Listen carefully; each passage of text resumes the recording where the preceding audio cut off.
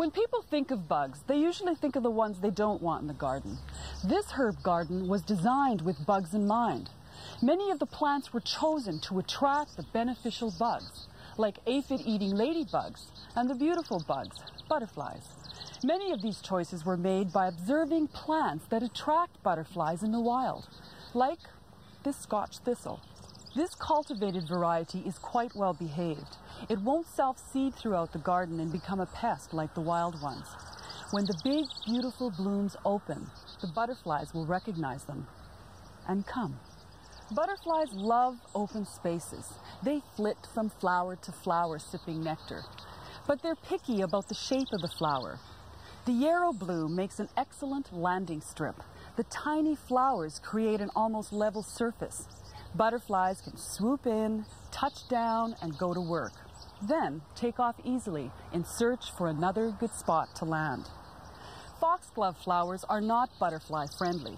The shape of the flower and the way it hangs on the plant are more suited to the round-bodied bugs like bees. Butterflies prefer an open bloom like the single varieties of poppies rather than the shaggy peony variety. Many culinary herbs are butterfly friendly. This clove dianthus is a type of carnation. The flowers attract butterflies and make a nice addition to a salad.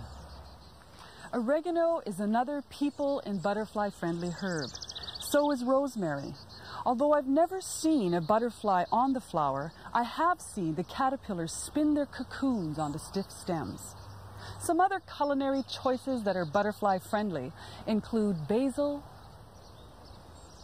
dill, parsley, bergamot, and thyme.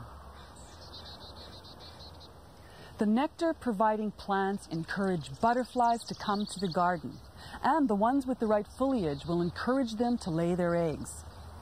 Buddleia is called the butterfly bush because of the many varieties of butterflies it attracts. And Asclepias is called the butterfly weed for the same reason. Fennel is a favorite with the swallowtail butterfly.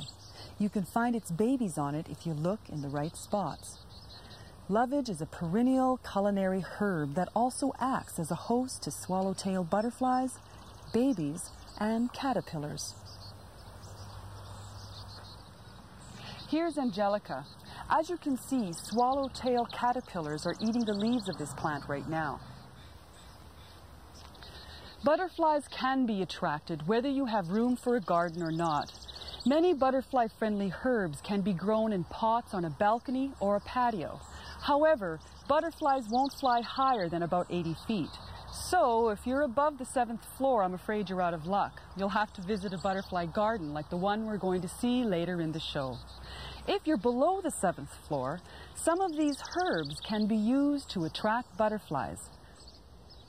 Other butterfly choices are borage, catnip, comfrey, hyssop, lavender, calendula, nettle, and echinacea.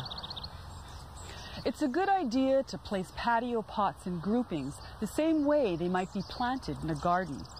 Butterflies will move from grouping to grouping in a small space, the same way they do in a large garden. The trick to attracting butterflies is to have both the flowering herbs and the herbs they need for reproduction. Remember, if you plant them, they will come.